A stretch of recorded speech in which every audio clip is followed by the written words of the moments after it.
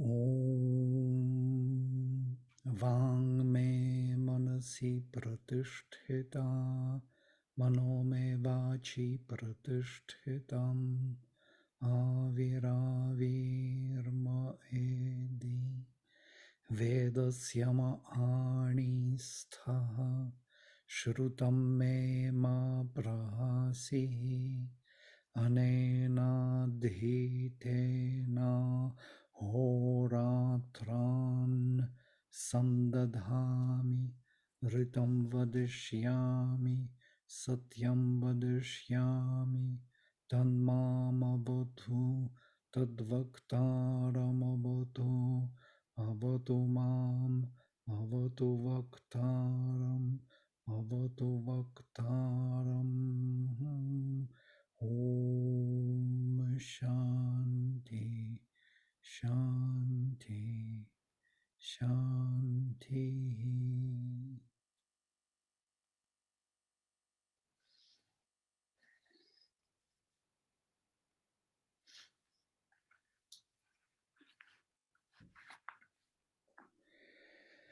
So here it is. Vaneshu Jayuh Marteshu Mitro Vrenitish Rushtim Rajeva Juryam Kshemona Sadhu Kraturna Bhadro Bhuvat Swadhih Ota Avyavat.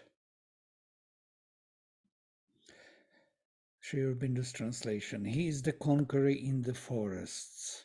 In mortals he is a friend. He chooses inspiration as the king and unaging counselor. He is as if our perfect welfare. He is like a happy wheel just in its thinking, and becomes to us our priest of the call and the bearer of our offerings. I will read immediately my interpretation. Victorious in the woods. Jayuh. Jayuh is a very rare word, not totally understood clearly because there is long R. Could be other meanings, but in the dictionary, it's mentioned only in this hymn, this word. There's another word, Jayuka, is in Maitrayani Samhita used once with ka as victorious. But truly speaking, it means that they were following some kind of interpretation. It could be from root jan, to be born. Most probably these are kindred roots. G, to conquer, because we really do not know what is conquering. Yes, if we think about this root deeper, G, to conquer, what is conquering literally? What do you think? How would you kind of deconstruct the meaning of conquering? What is really happening? Bringing under his power. Bringing under somebody's power, that means appropriating, yes, or occupying or something, yes. I was Being interpreting it, victorious. huh?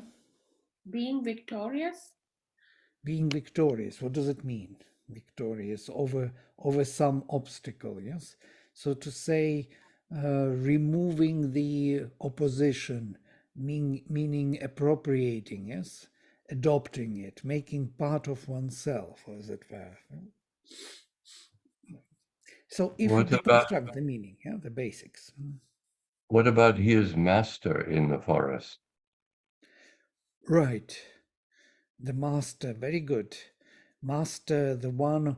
I was kind of arriving at this, the Jan root to be born, and G are kindred roots, yeah?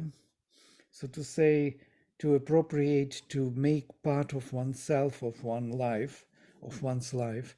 So it's like the master, to become a master in the forests, to become the one who is appropriating it, making its own, part of its own body, being born there or occupying it. The occupying is another meaning of G, conquering.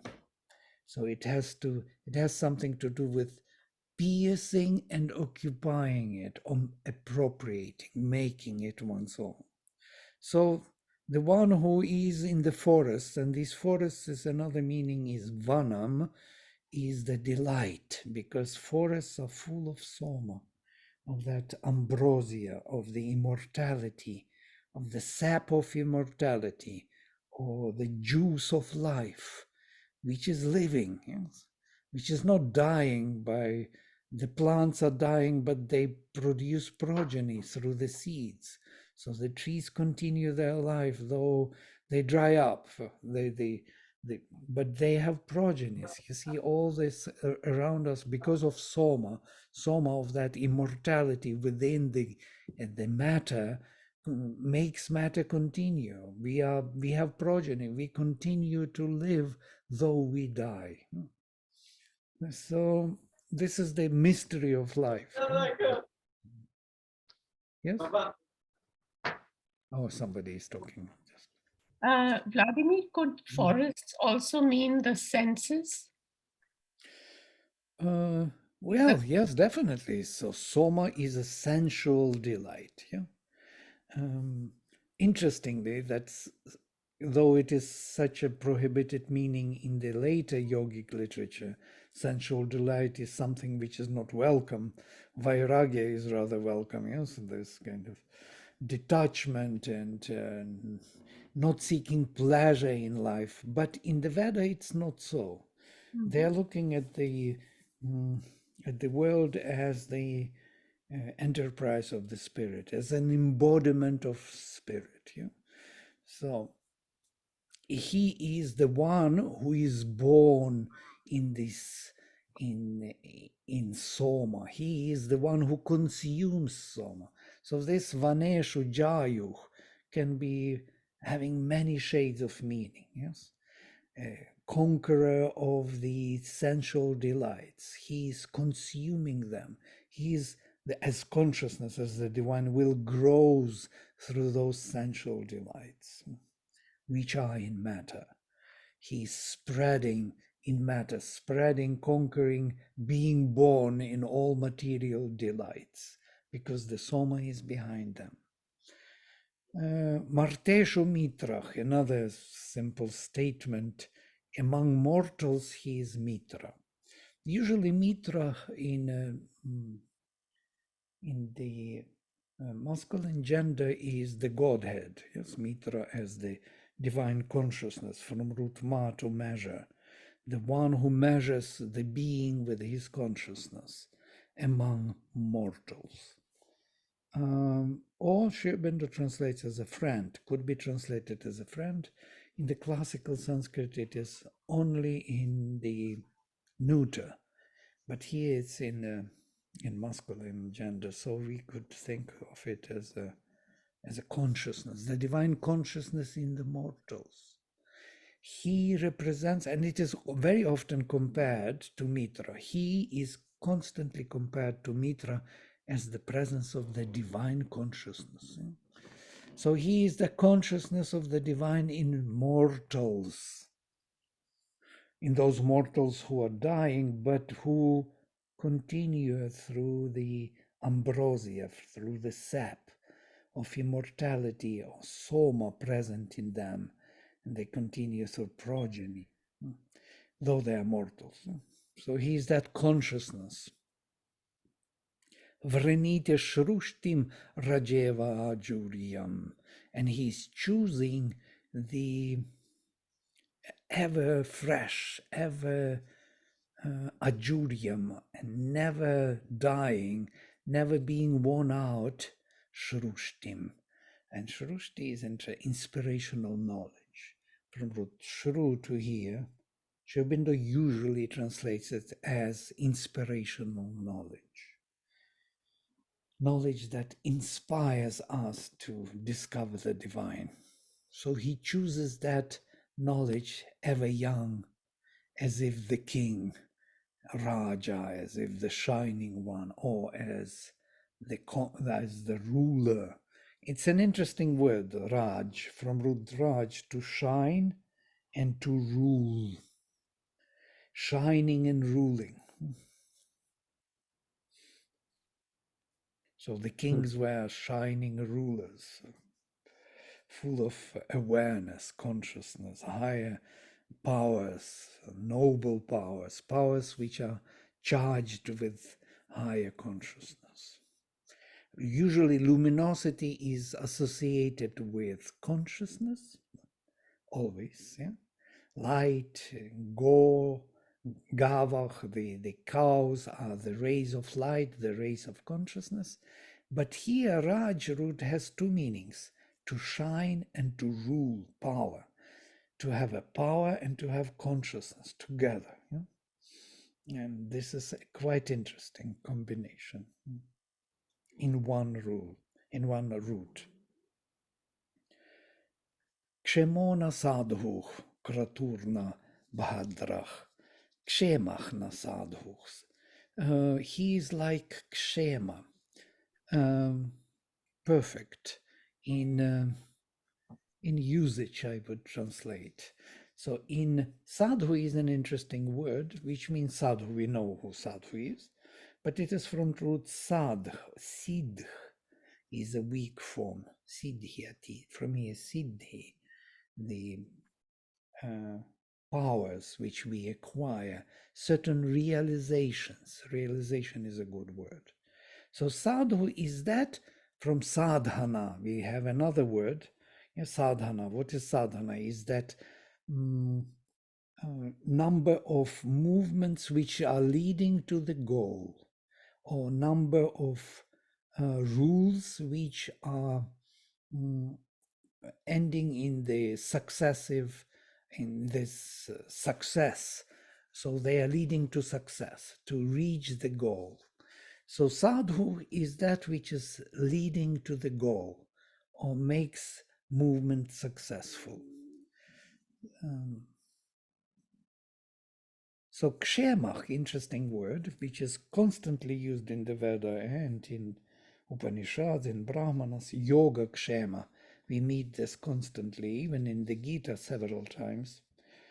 It is something which relates to our,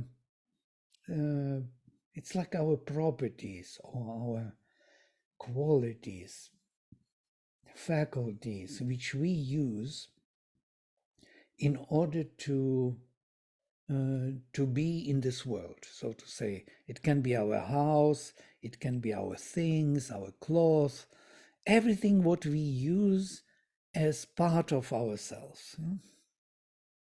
Our surrounding, our dwelling. Our body is also kshema, yes? Because we are dwelling within the body. Kshi, root kshi is to dwell, yeah? To live in, to be within. So kshema is everything what we are dwelling within. So it's this world, it's our village, it's our house, it's our cloth, it's our body. Everything is kshema. So Vladimir, does it have anything close with Kshetra? Kshetra. yes, absolutely. Kshi, kshetra, absolutely. Okay. It's these are kindred roots. Kshetra is that which is Field, field, yes, field of which is, working or field of yeah, on something. the ground of which everything is taking place. It becomes the ground for dwelling, for acting, for living. This is the Okay. ground, the foundation. Okay. Thank you. Kratuchna Bhadrach, and he is like the Kratu, the power of will, or the creative will, blissful, as the blissful creative will. Bhuvat Swadhich, he becomes perfect in concentration of consciousness. Hota Havyavat, and the summoner of the gods and the offerer of our offerings, Avyavat, as the carrier of what is to be offered. Literally, I'm translating literally. Carrier vach, Avya, that is what is to be offered. So victories in the woods or in the delights, Mitra, the consciousness, divine consciousness among mortals. As a king, he chooses the ever fresh, the ever young, inspirational knowledge. This is interesting because inspirational knowledge is always fresh. Yes, it is this what is inspiring us. Because if it is old, it is not inspiring. If it is something you already know, it would not inspire you. It has to be fresh. Or at least that what you knew has to be seen in a new light, and then it becomes inspiration. Like a perfect surrounding and possession, like a perfect surrounding and possessions as kshemona, like a blissful willpower, he becomes the perfect in thought, summoner of the gods and carrier of our offering. Okay, we will take next one. Next two. Hastodadhano naramna vishvani. Ame devan dhat guha nishidan. Vidantim im atranaro dhyam dhah. Hridayat tashtan mantran ashamsan. So I'm here also adding the Padapatha split on the words. For those who study Sanskrit, it would be interesting. Sometimes it's doubtful what happened with sandhis. So here you could see with properly and with accent. So one can translate it without mistakes. For example, like this Vedantim, it could be misunderstood easily. But here in Padapatha, you can see Vedanti im, two words joined. So Hastedadhanach, he holds in his hands all mights. Sitting in the secret cave, he upholds the gods in his strength. He, a man who hold in themselves the thought, come to know him when they have uttered the mantras formed by the heart. Very loaded in meaning. So again, we come to the subconscious cave, or the cave of the heart, or the cavern of the heart. Sri Aurobindo uses this word in Savitri, cavern.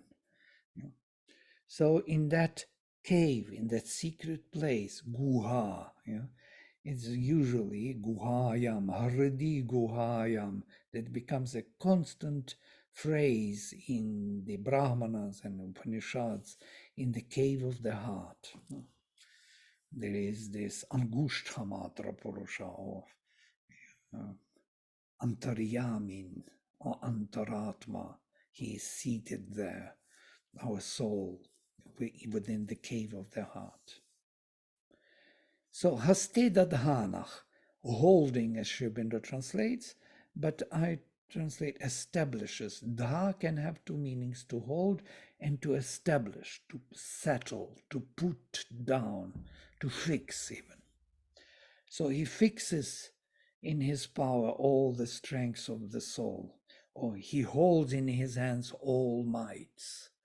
Nrimna Vishvani. It's interesting with Nrimna, and the Nri word itself in the Veda has many meanings, and Sri Aurobindo gives it as, sometimes it is even translated as gods, Narach. All the great gods are Naras, like Varuna, Mitra, Yaman, Bhaga, all are called Naras. So why not man? What it has to do with man later? Yeah, but Sri Aurobindo says that it is the heroic souls of man or heroic powers of the soul. So there are some powers, divine powers, which we embody, and they are the gods, and they are also the powers of our own powers of man.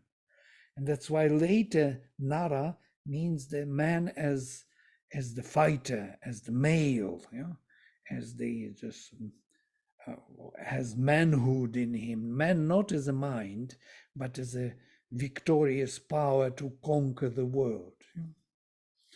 The power of the divine within him, the truth in him. So Narayana Vishwani, all these heroic powers, he holds power. His power holds the Godheads sitting in the cave. This is the next one. Establishes in his power all strengths of the soul. This is how I translate. Following Sri Aurobindo's interpretation in other places. Here he says simply all mights, without spelling out what it means for him.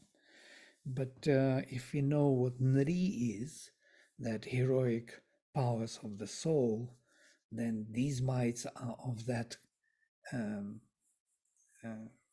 character. So they are those powers of the cave of the heart. That's why the next is mentioned that Ame, in his power, in his strength, divine heart, he holds or establishes all the gods, Guha Nishidan, sitting down within the cave of the heart. So sitting within the cave of the heart, he holds all the powers of the Godheads, establishing all the heroic powers of the soul in his control, or holding in his control, in his hand. In his hand means under his control. The hands are, or the arms even, Bahu, are associated with the king, with the Rajanya in Purusha Sukta. This is the symbol of expression of power and control. Vidanti im atranaro dhyam dhah.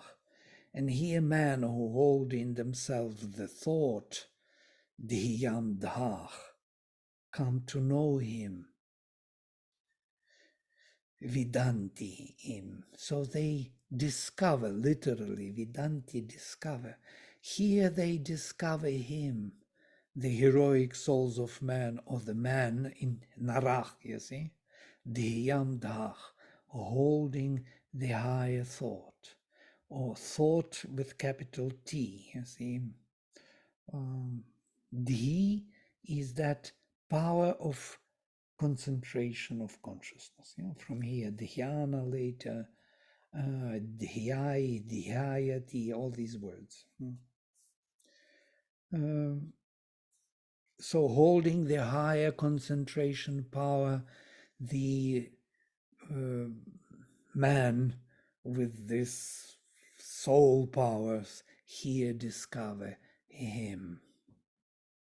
Hrida yat tashtan mantrana shamsan.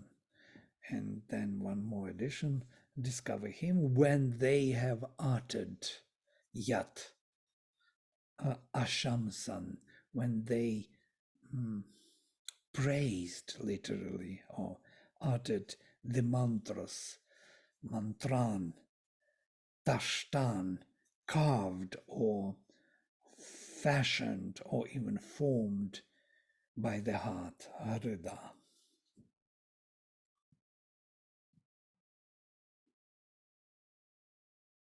He establishes in his power all the strengths of the soul, and in his strength, maybe, in his power holds the Godheads, under his control holds the Godheads sitting in the cave. Here the heroic souls of man discover him, when holding on to the higher thought, when they recited mantras fashioned by the heart. So it's all heart related. You can see he's seated in the heart, in the cave of the heart. In the cave of the heart, he is establishing all the heroic souls of man, or heroic powers of the soul.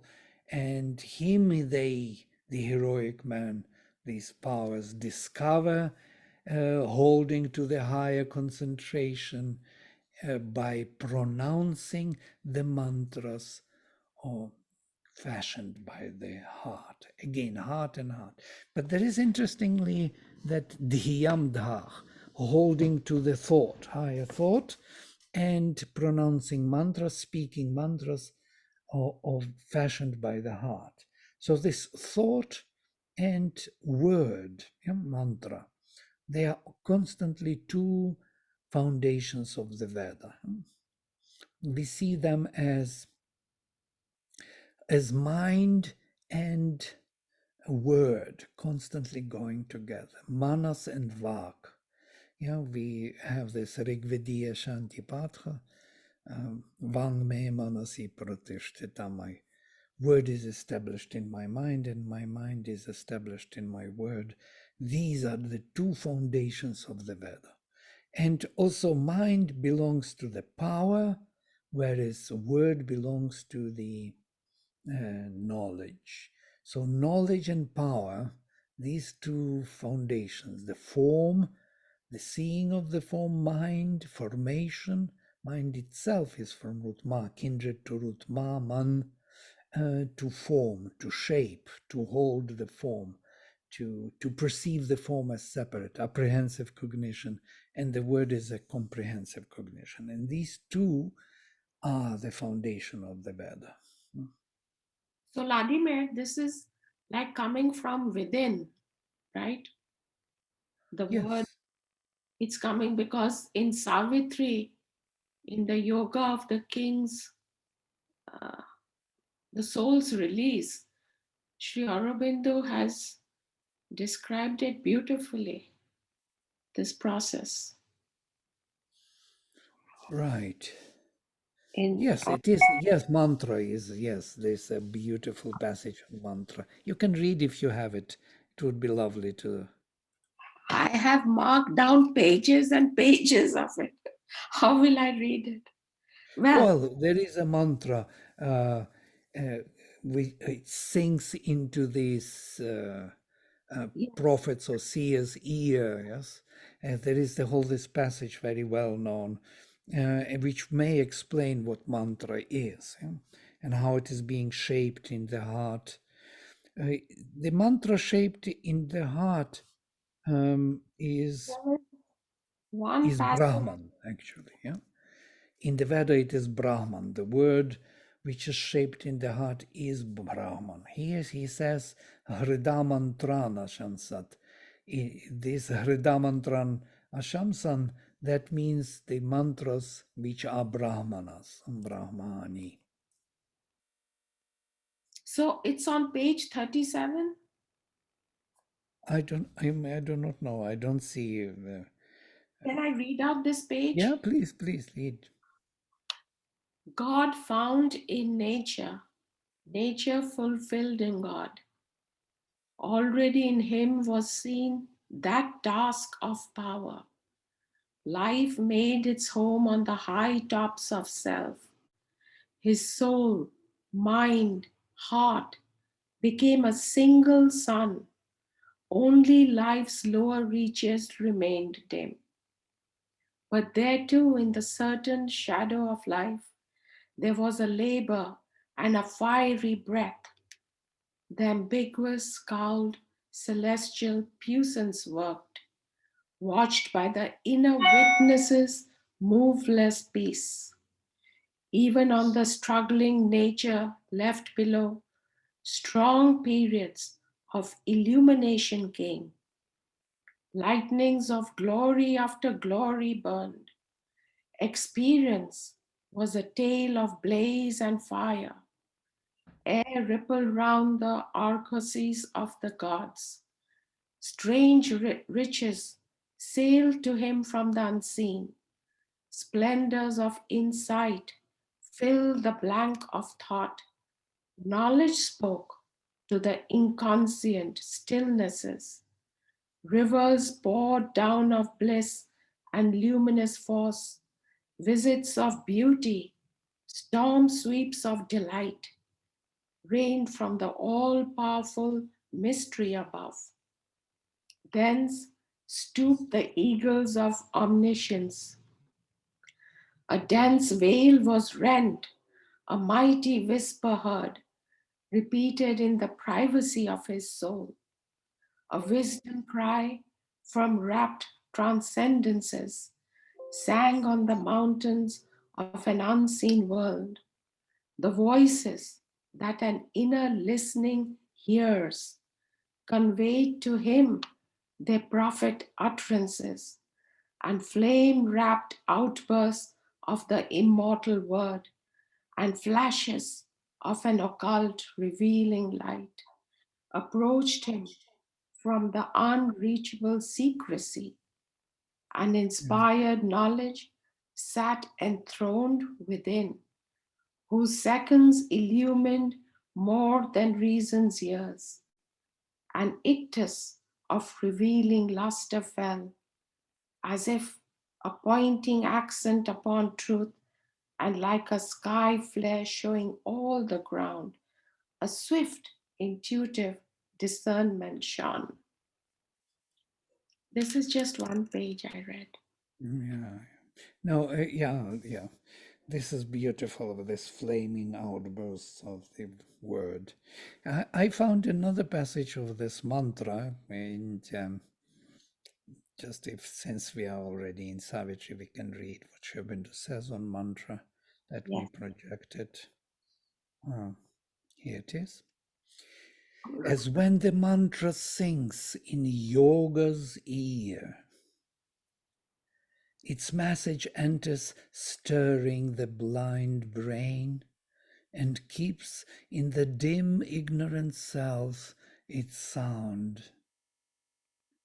The hearer understands the form of words, and musing on the index thought it holds, he strives to read it with a laboring mind, but finds bright hints, not the embodied truth.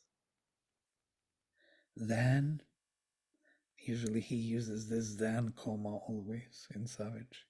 Then, and now it comes, falling silent in himself to know, he meets the deeper listening of his soul.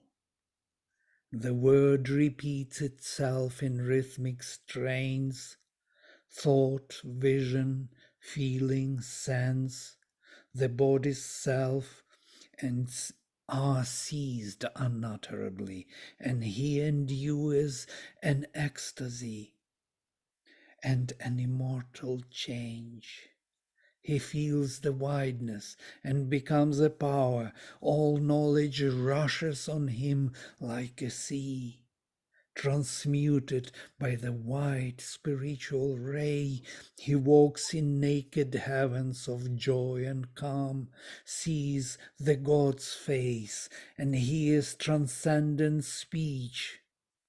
An equal greatness in her life was sown. This is something what happens to us when we start understanding Rig Veda. Rigvedic mantras, we are uplifted to that kind of heaven. Thank you. Yes. The Vladimir, silent listening. sorry, go ahead. Yes, go ahead. Vladimir, I had a question. How far can we relate the heart to our emotions? I mean, Right. heart is normally understood as the seat of emotions in other places, but in context of Rig Veda and Sri Aurobindo's writings about the heart, how far can we relate it to emotions? Well, what is emotions literally? What is this? If you start analyzing, many times we take it in the post-Vedic sense as something which is an obstacle for our finding of our calm Yes, self yes. and so on. This would happen especially in the yogic literature later. In Sri Aurobindo's language, these words can be, he is like a Vedic rishi, he's using them in their functionality. He's not using them assigned to a particular value or meaning in the Or system. good or good or bad or whatever. Yes, neither good or bad. They Yes. can be high emotions. There can be even the divine desire he speaks about. So that desire which is condemned so much in his language can be the divine desire. you know. And even in he's using it to strengthen, to make it, to thicken the very experience, because once that spiritual experience reaches to the vital level, where these emotions are and feelings, it becomes very full of this, luminous desire and luminous something. Vitality changes and becomes charged with the spirit, yes, and its luminosity. It becomes ecstatic in its own feeling. He has this, you remember passage in when he meets the Divine Mother, and he cast out of him this we have to find, let me find it. The desire is used in the highest sense possible, because from his heart there was this desire rising which he could not even control towards the Divine Mother. So um, this is something we have to look at from the perspective of functionality, like Vedic rishis do. They don't have good or bad, as you rightly said. So, and the heart itself can be used in the lower sense as something heart, and in the higher sense as the heart, as the soul, or as the very center of our divine presence. So why not? We can distinguish as we want to use it, while we use it. We don't need to assign to it one particular meaning and then use it. Okay. Thank you. Makes sense, no? And you agree with it, I guess. Yes, yes, yes. At least to us who are reading Sri Aurobindo. Of course, it can be confusing for other people who are not. I sometimes also think of it as the middle world through which the gods communicate to us.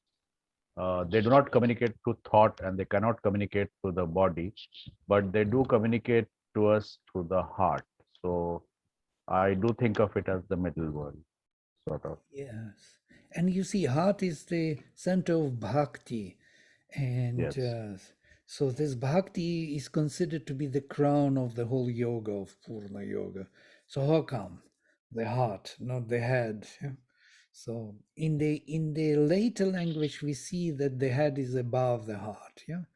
That's why we belittle heart. We make it very vital, related to desires and lower kind of movements. But truly speaking, there is also a higher divine heart in us, which is there. Beyond the heart center, there is a psychic center. And when they speak in the cave of the heart all the time, Guhayam, Hridi Guhayam, in the cave of the heart, in the cave. What do they really mean, that cave? Why the cave secrecy is used? Because there is within the heart a specific place which is secret, where there is this true divine presence hiding. Agni is there. So, great. Okay, we can go ahead.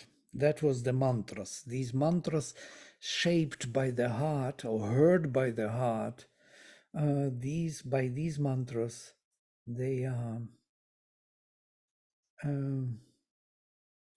holding onto higher thought. When they recited mantras fashioned by the heart, here they find him.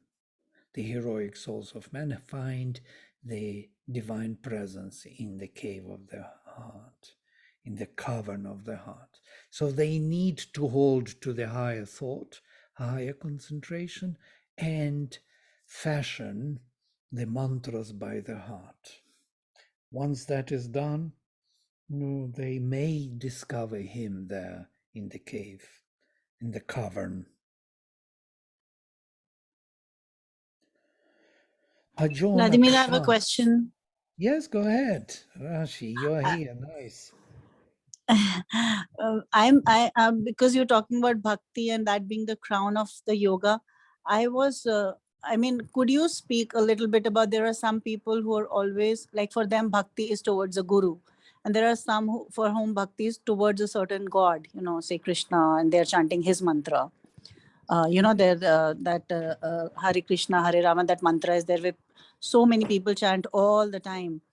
And then there are some of us who are so dedicated to, in him, in Sri Aurobindo and Mother, we see everything. Can you talk a little bit about this? Because, The heart center, the bhakti center. This is an interesting topic. We discussed this in our Gita study group, already. Why the whole bhakti yoga is located in between, in the center of the Gita. First karma yoga, then bhakti yoga, and then jnana yoga.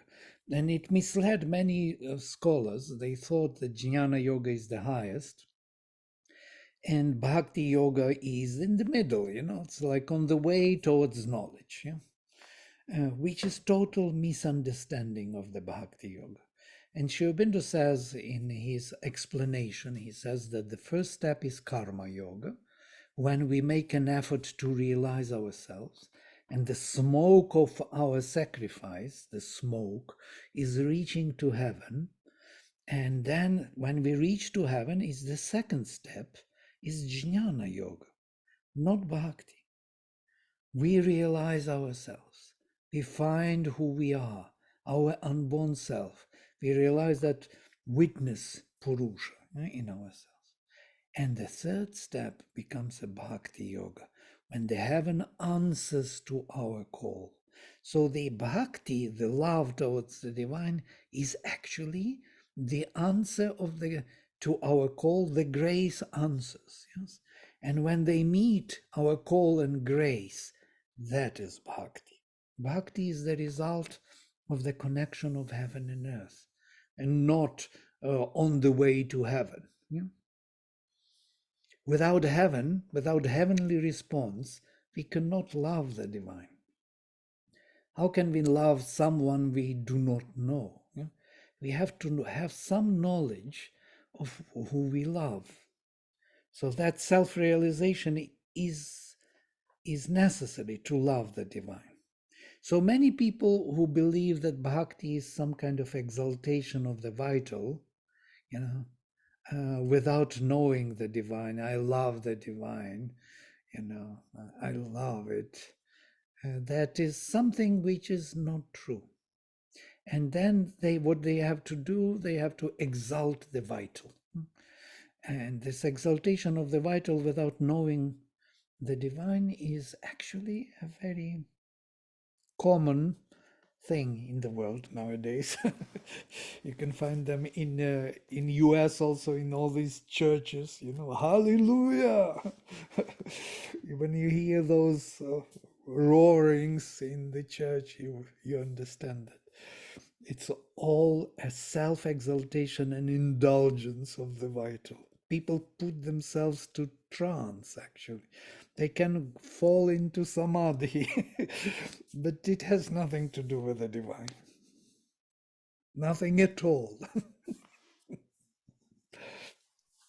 Vladimir, can I interrupt you one more time? I'm sorry I'm asking these questions. Why? Interrupt me all the time, please. Do it. Okay. So this last discussion of yours brings me to a question I have had for a long time. You use the words Yajatra and Idya. Is it Yajatra or is it Yajatva that you were saying? I missed, Yajatra. couldn't. Yajatra. Yajatra. Mhm. And Atra often means demon, right? No, no, no. No? Tra suffix as a suffix is Okay. used in many, many ways. Yatra, yantra, mantra, tantra, you just name it. Yeah, so many tras. So you take the root and a tra, it's the same as tri suffix of dua, yes, like datri, Okay. savitri, gayatri. So only it is in the changed form of the neuter, yeah, so to say. Okay. Yantra, Okay. tantra, mantra. Okay. Okay. Okay. Because I was thinking Yajatra somehow means worshipping of a demon, as while Idya means loving of the thing. So sort I of never India heard of is worshipping of the demons. Let me check.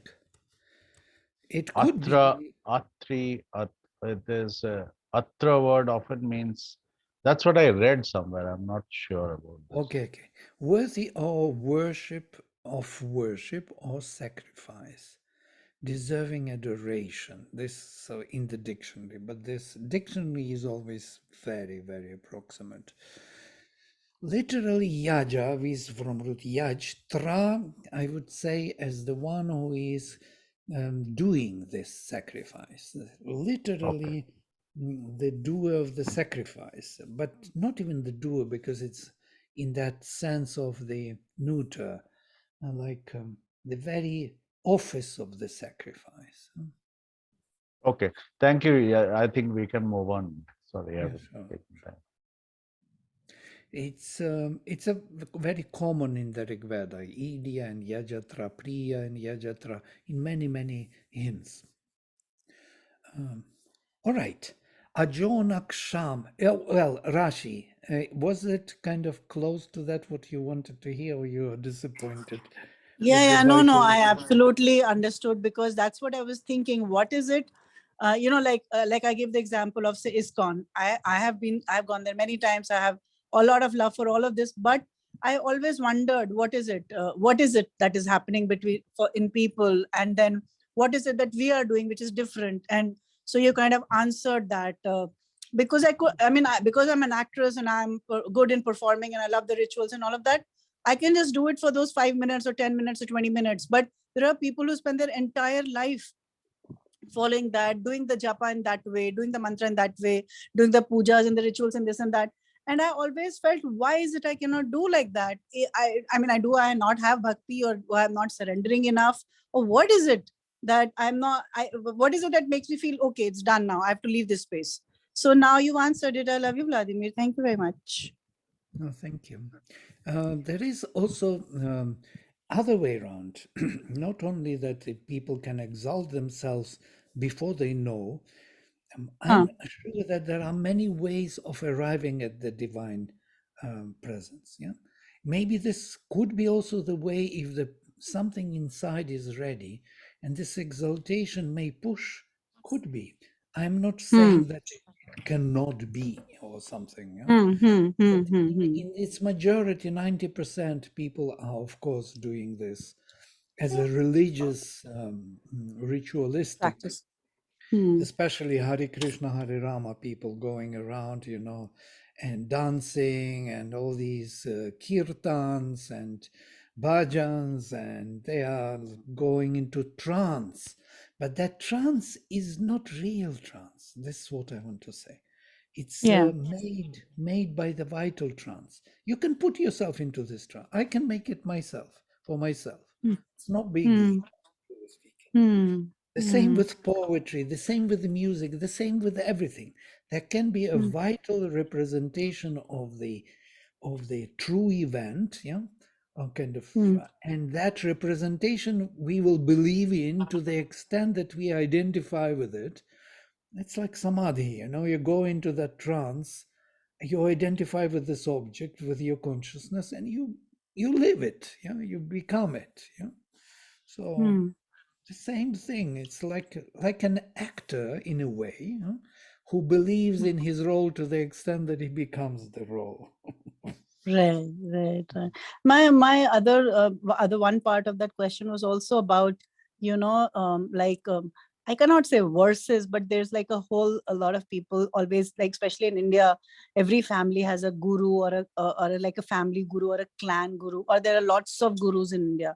So there are people who are dedicated to the guru, and then to the maybe a deity or a god, which is part of the guru's lineage. And there are some people who are just focusing on a certain god. And I just wanted to understand, in terms of bhakti yoga, what is it about, you know like India like is mm, amazing, yeah, amazing. And the way what you're saying, in India, they can really do strange things, like, because India has that spirit. It's the land of the spirit, And even there, you can worship somebody who is totally ignorant man, and you consider him to be a guru. It doesn't mm, matter, really. It doesn't mm, matter because your belief matters. Yes?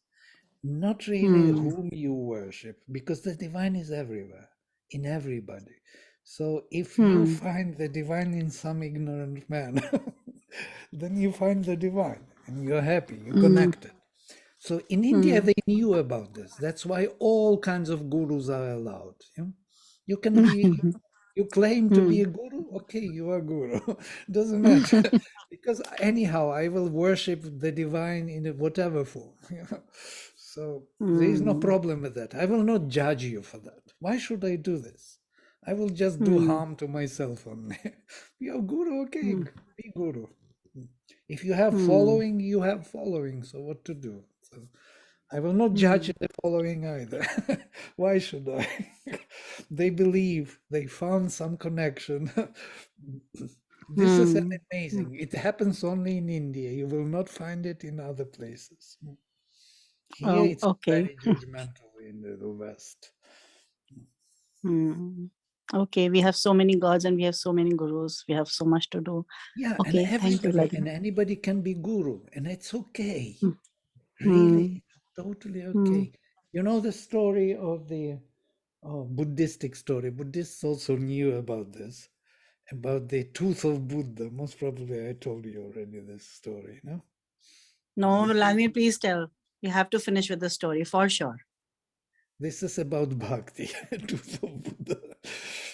So. Hmm. This old woman was wanted to have a tooth of Buddha. It's like relics, People want to have relics to worship and to get some power of it, out of it. So her son was going to travel in the world, and she said, she was in Tibet. Oh, you are going to travel. Maybe you will find, and you bring me tooth of Buddha. And he said, okay, Mama, I will bring you. He went for 6 months, came back, and she said, oh, did you bring me a tooth of Buddha? No, I forgot, sorry, but I will travel again. She said, I'm very old, I'm dying. Please bring me before I die the tooth of Buddha. So he again went for 6 months, came back. Again he forgot. And in front of the of the door, he remembered that he forgot about the tooth. So he thought what to do. He saw some dead dog. He pulled the tooth out of that corpse, put it into nice cloth. And mother says, oh, did you bring me? Yes, I brought you the tooth of Buddha, he said. Gave her this tooth. She put it into the corner and started to worship it. And it started to shine, and many, many miracles came from this tooth.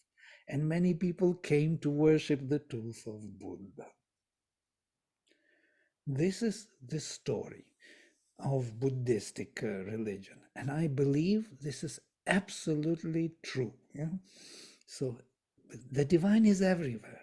If you believe, then you can worship the dog tooth as Buddha's tooth, and it becomes a Buddha's tooth because it is Buddha's tooth.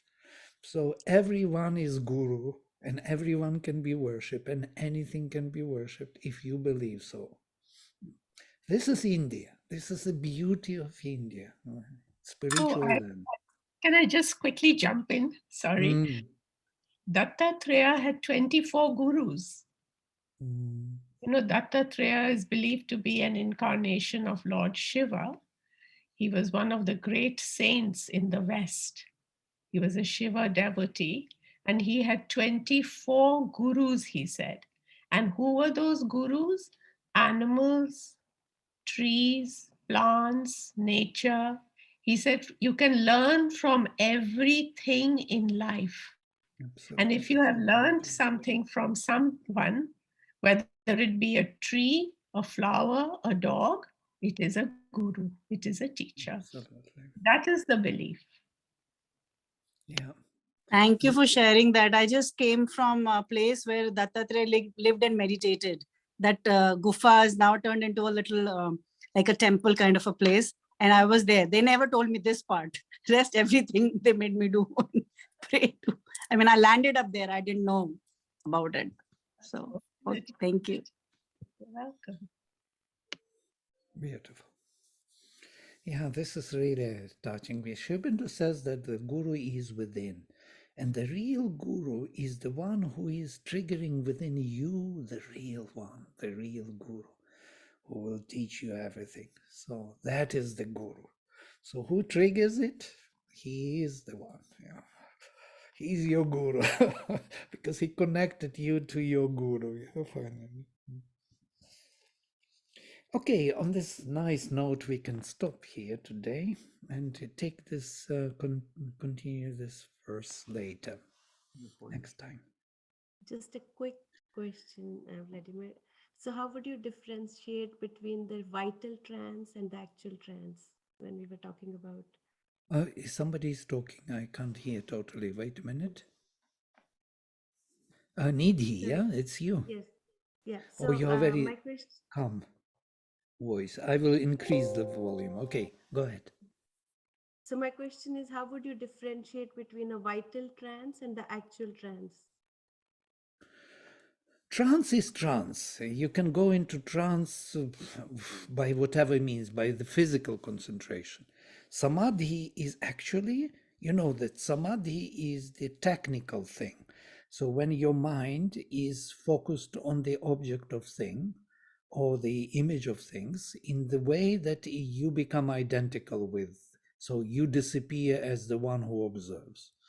So trance is not a solution. Actually, it is a device.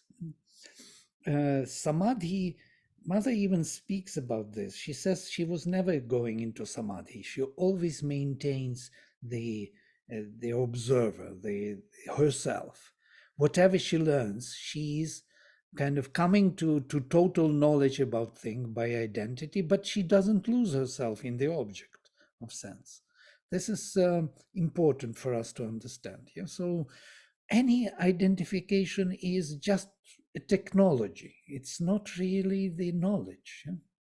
Knowledge is only oneself. So if you're identified with something trance, there is no difference between any trance. Yeah? You can go into the vital trance, into any other trance, but the difference between the vital experience, emotion, and spiritual is there. The vital is, how to say, it's like desire, it's exhausting, it's self-indulging, you know, it's like it is enjoying its own performance, as it were, you know. It views itself and enjoys at the same time. It excites itself from its own special position. You could feel it when it happens, especially maybe actors know this very well. When you are excited by what you are doing, yeah, that's kind of reflection. It's a vital experience. Whereas spiritual aspiration is very different. Doesn't have that. Doesn't need that at all. There is no excitement from its own being. It's one. In fact, even as a, sorry, no. Yeah, go ahead, Rashi. Even as a spiritual thing, like I remember that recently I was in a retreat and same teacher had done a retreat few years ago. Okay, so that time when I had the experience of Mother or Sri Aurobindo or something, I was like, I had tears. I had tears. But this time when I went, I was absolutely calm. Nothing shook inside me. And the similar experience another girl had. And she said, I didn't feel anything. I didn't have tears running out, this, that, and not everything. So then the teacher said, because earlier it was all vital, you were enjoying, engaging, and being in it. And now you are there. You don't need to, there's nothing else. It is, it is possible to experience it also, is what why I wanted to share. That you can experience both and, reach a place where you can have this discernment. It's so distinct that initially I used to feel bad that, oh my God, I don't love Mother anymore. So I don't feel anything. then I was made to realize that, where you were feeling from has just now gone deeper or higher or whatever. So you don't need that drama. You don't need all of that. Oh, I'm feeling this at all. You don't even need tears. And I check myself again and again, especially if I'm going too much into, oh my God, what is this experience? Then I realize, oh, just drama. So I just cut myself out of the drama, cut the story, step back, and then I'm gently taken towards the deeper experience.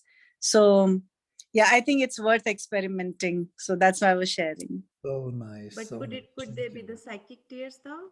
Like the satisfaction there, from the there are self going also through it? Mine uses words, my dear. I don't know how to answer that. Vladimir can.